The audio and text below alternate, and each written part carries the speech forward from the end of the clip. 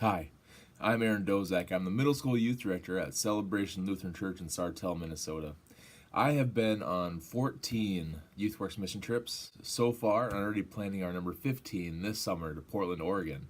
The thing that made the greatest impact on me as a youth leader, as we were sorting clothes for the third day in a row in a basement of a building that we didn't get to see out much outside the room. Just being exhausted, trying to keep the kids' energy up, trying to keep the enthusiasm up, and just I was failing just myself. And I looked at one of my students, and he saw the look in my face, and he says to me, "Aaron, do you not realize what we're doing today? Because we are sorting clothes and organizing by sizes and gender, that a family will be able to come in and get the clothes that they need."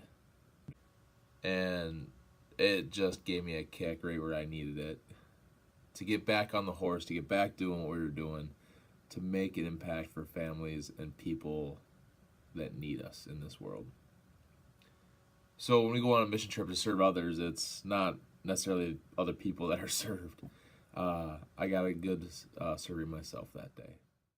I have lots of favorite memories from over all the years, and one of my ones that jumped out at me right away when I was thinking about this question was in Cortez, Colorado. We were serving, and it was our pizza night, which everyone knows we get pizza one night of the week, and it happened to be that there was so much pizza left over for whatever reason, whether teenagers weren't eating, which that's weird, but we had leftover pizza. So one of the YouthWorks staff came over and asked, "Aaron, do you have any youth that would like to go with to hand out pizza, the leftovers, to the homeless population in Cortez?"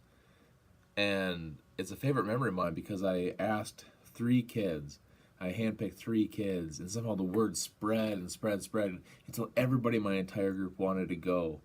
And I had to limit it because we didn't have enough room in the van for everybody to go all at one time. And the impact of just those relationships built over the basic necessities of food. And being able to say, "Hey, would you like a pizza tonight?" And then the look on their faces as they accepted the pizza, but said, "Hey, do you mind if I share this with my friend?"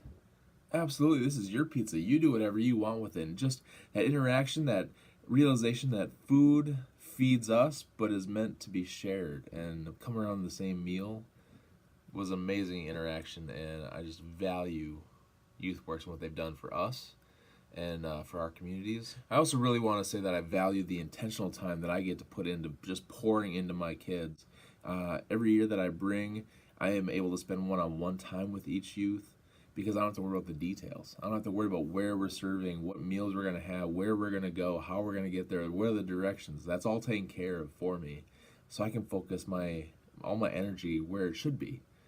Just being able to pour into love on these kids, love on these adult leaders that come along on a mission trip because they think they're helping. Well, no, you're an integral part of what makes this happen for us. So just giving thanks back to them and pouring into them and saying, "We love you, thank you for serving, thank you for coming along, but thank you for investing. Thank you for investing in our teenagers." The craziest story that ever happened, which I've realized over all the years that a lot of the craziness happens more on the way to or on the way from a mission trip, because we're so busy and so intentional with our time while we're in those serving communities that a lot of the craziness happens on the road. And I remember one of our early on mission trips, we were going to Louisville, Kentucky, and on our way back, it has been one of those weeks where we're just exhausted. We're going all the way from Kentucky back to Minnesota, but we were going a weird way down through Missouri and then coming up through Iowa. And one of those days where one of our drivers was driving the tow vehicle that had the trailer with all of our gear in it, and the tire blew. So we quick pulled over and we're trying to get the tire fixed and changing that out. And as we were changing the tire, I thought, well, what a great teaching moment for these kids that have never changed a tire. We'll teach them how to do that. My phone rings, and it's our treasurer saying, "Aaron, your credit card is going to be cut off because of it looks like it's fraudulent charges being used in so many different states." So, word of wisdom, if you're going out of state, call your credit card company. Tell them where you're going and the dates you're going to be gone. It'll save you a headache later. Anyway, got the tire fixed, but it's 4 o'clock, in the afternoon in Hannibal, Missouri on a Friday. Nothing's open. We got the spare on. I was like, well, let's just get back on the road, get to Iowa where we're gonna spend the night. We'll be fine. Get back on the road, and I tell you, a couple hours later, what every youth leader loves to see and hear, whoop whoop, those flashing lights in the rear view. So I pulled over and had quite the interaction with a police officer. Do you know why I pulled you over? No, officer, I have no idea why you pulled me over tonight. Well, you're driving without your headlights on.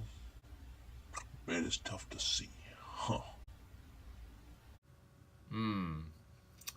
That's why the exits were a little tough to see. Well, your other vehicle said you've been having a rough day, so I'm gonna let you off with a warning and a reminder. Turn your headlights on, son. Thanks, officer. Have a good night. I want to say to YouthWorks, thank you for all that you do to make mission trips, mission life possible with these kids. Not just a week-long trip, but a change of heart for a lot of these kids and make a big difference in our lives. So thank you for everything that you do so that we can do our jobs more effectively. Thanks.